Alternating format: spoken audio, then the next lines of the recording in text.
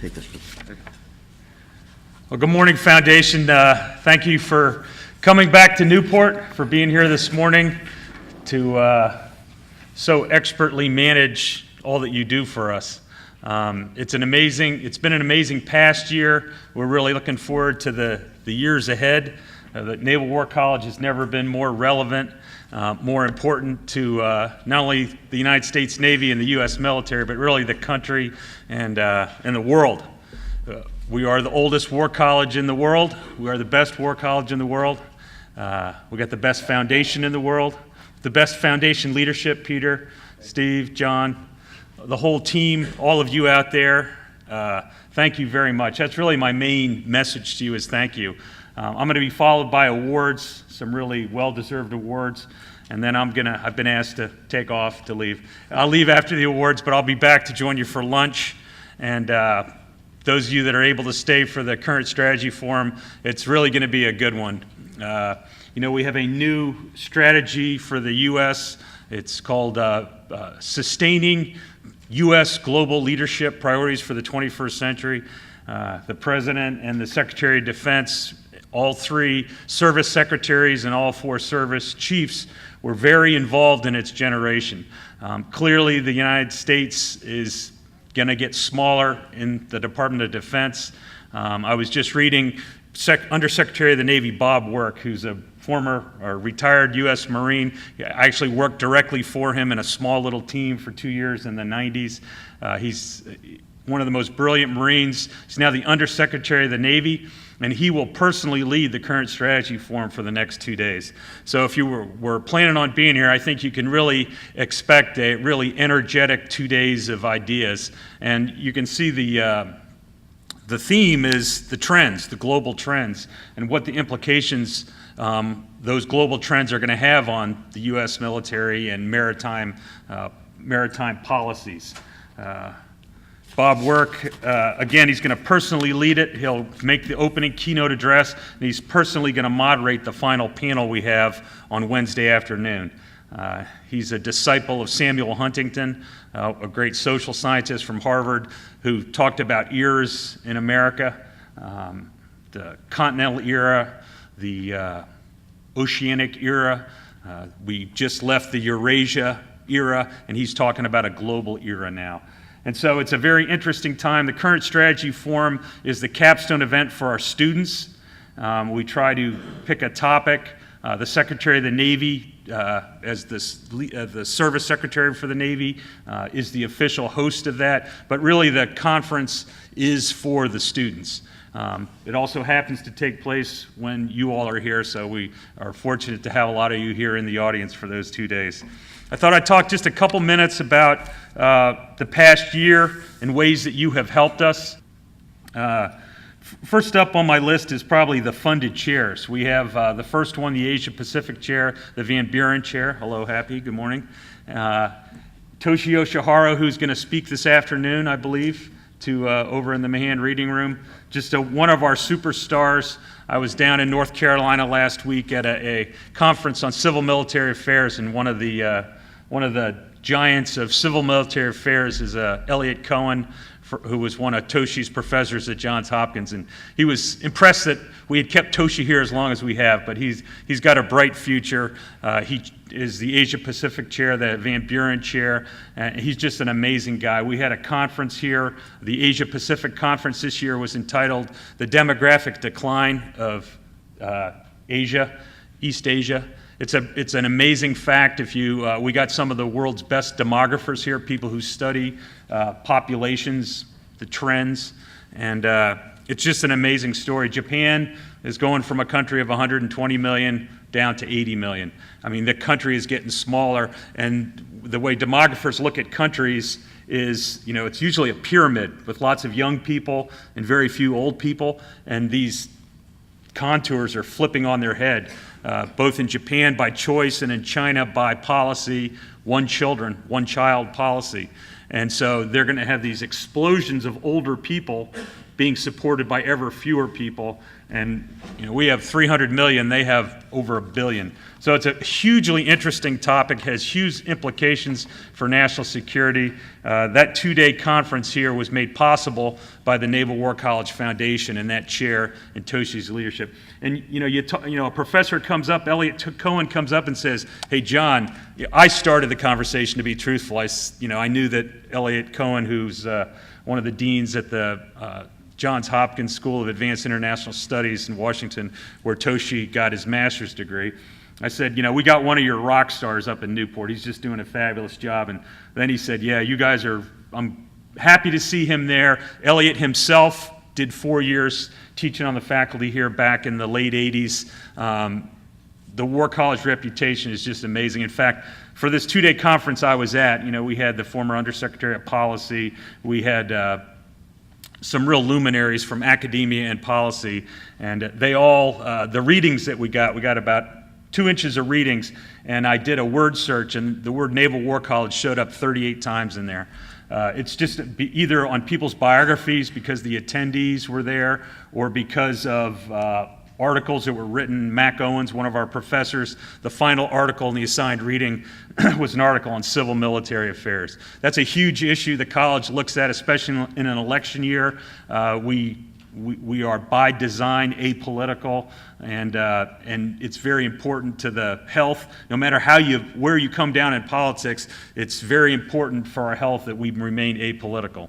But anyway, so those funded chairs really, my point is Toshi Yoshihara gets to hold the Van Buren chair. How does that make him feel? Does that make him want to stay in Newport a little bit longer? Do our students get to spend a little more time interacting with him? Does he write a few more articles that keep the Naval War College in, so when you do a word search it shows up 38 times in required readings? All these little things build, and they're not little things when it comes to the foundation, they're big things, but they all add to the prestige and the gravitas of Newport.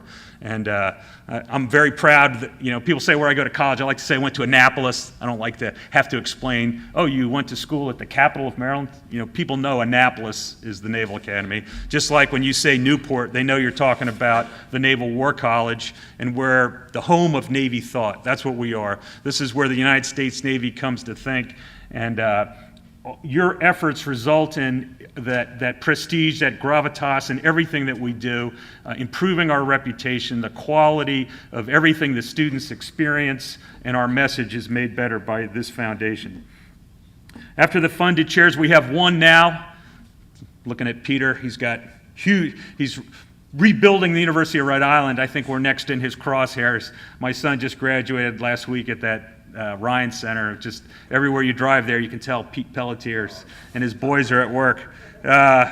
Anyway, what's that? It would be the Pelletier Center. Pelletier Center, no. Actually, Tom Ryan gave the money. He's modest too. Yeah. Anyway, next up, regional study groups. Okay, we have the regional chair funded, but we have regional study groups that you can pretty much picture the 6 areas of the world we're studying. But these groups are funded partially by the Naval War College Foundation, and it allows them to conduct targeted research on these areas of the world. And you might say, well, every college or war college studies those things, but we're doing some pretty leadership areas there. To study the Indian Ocean as a standalone area is a new thing, and we're leading on that. And the Naval War College Foundation is helping there. When the U.S. military, the U.S. Department of Defense, the United States divides up the world politically for its regional combatant commanders, the Indian Ocean is divided down the middle. Pacific Command, which is in Hawaii, owns India. Pakistan and East and West is owned by Central Command. So there's this division. And so but the Indian Ocean is a political entity, is a geographic region that's hugely important in and of itself. If you're talking about demography, India, as China's population begins to decline, India is continuing to grow. And if you believe the forecast, will surpass China.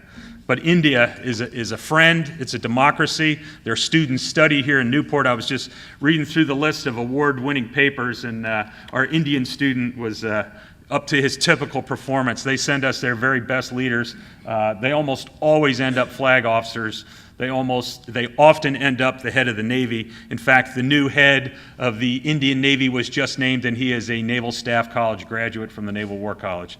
So these regional study groups, the fact that we have one, the fact that Indian students are studying here, again, it's all building on a Newport imprint on everything that we do. Regional electives, we teach 7 a year. Electives, we have a great electives program here. One of my predecessors, Admiral Stockdale, famous for a lot of things, deserves a lot of credit for really establishing the electives program. We have 3 main courses here that all the students experience, but then we have this huge electives program that allows them to that gets them excited, that gets them involved, instead of just, okay, we're going to study strategy, we're going to study national security, we're going to study joint military operations. All 600 of us are taking the same courses, but we have this huge electives. Basically, those courses take place in the morning, and in the afternoon, it's electives. And it's a huge menu, and it's even larger because of you. And those electives really energize the student body and the faculty. They teach the same thing, unlike no other. They teach it well, but they also get to grab the area of their personal passion. It's one of my favorite things to do is to go sit in the back of elective, whether it's the elective that Admiral Stockdale himself created and taught on foundations of moral obligation, his experience as a prisoner of war and how his studying the classics at Stanford as a graduate student helped him think his way through 7.5 years of imprisonment, most of it in solitary confinement.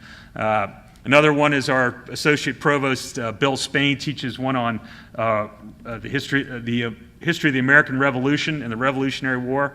I think there was as many people sitting in the back of the class as there was actual enrolled students. But those regional electives focus on parts of the world. They allow us to bring in adjunct faculty. We're blessed in our geography. Not only do we have these beautiful views, but we're in the heart of some of the best colleges and universities, and we take great advantage of that with our adjunct faculty that we get.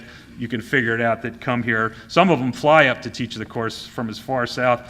Don't quote me, but I know we go at least as far as Washington and maybe further for people who come in to teach those courses. But I do have for action next year that we will have better geographic diversity in our speakers at this current strategy forum. I got that. We'll get some from the West Coast. Conferences, our International Law Department conference is one of the world's best. We are famous for our International Law Department. The law of the sea is a huge issue. The people that talk about it and studying it largely are here at the Naval War College. One of the huge issues, one of the big issues with law of the sea is the South China Sea. It's a big area for future. How do the Chinese, the PRC, how do they view international law at sea? It's a big deal. We talk about it, we write about it. That conference is coming up this summer here in Newport. CMSI, China Maritime Studies Institute Conference. CMSI, 2 or 3 predecessors ago with great vision established that. We have a great team of Mandarin-speaking Chinese scholars that are studying Asia. We are ahead. The Department of Defense is famous for having pivoted to Asia. We've been at this. We were way ahead.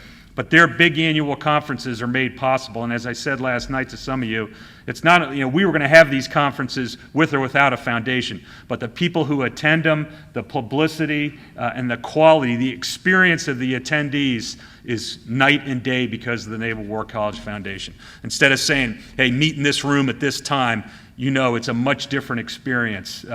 Everything is done with an edge, with a margin of excellence. Finally, just talking here, staying under time, get out early. Evening lectures. One of the best memories that I had as a student here 20 years ago was the evening lecture series. And it's consistently brought up by the students about it's what makes the Newport experience exceptional. Why Army, Air Force, Marine, CIA, FBI, State Department, when they get the opportunity to attend a war college, they want to come to Newport. first choice. And not only is it our faculty, our location, but it's also the extra things that take place here that really make it special. I think the first evening lecture we had last year was John Lewis Gaddis, a Yale historian who just wrote a biography of George Kennan, won the Pulitzer Prize this year. So these students came in here, they're studying strategy, they're studying politics. We've got the Yale historian who was just about to win the Pulitzer Prize for his book on George Kennan.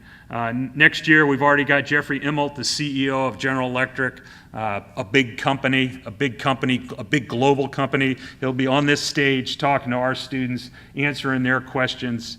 We've also got Jeremy Jackson, who's a world-renowned oceanographer from Scripps Institute in San Diego, west of the Mississippi. He will be here. He's just retired after an amazing career. He's famous for studying the impact of humans on the oceans. And obviously the 70% of the Earth's surface is covered by water. Army guys always like to say back to me, this is for you, Steve, when a Navy guy says, remember, Army, 70% of the Earth's surface is covered by water, the Army guys say, yeah, but the people live on the land. Which is true, but we're connected by the ocean. And ever more is resources. There's virtually, I won't say unlimited, but there's a lot of resources, and most of them are in the ocean. And how the world views access to those minerals is determined by not only the law of the sea treaty, but the way we interpret international law.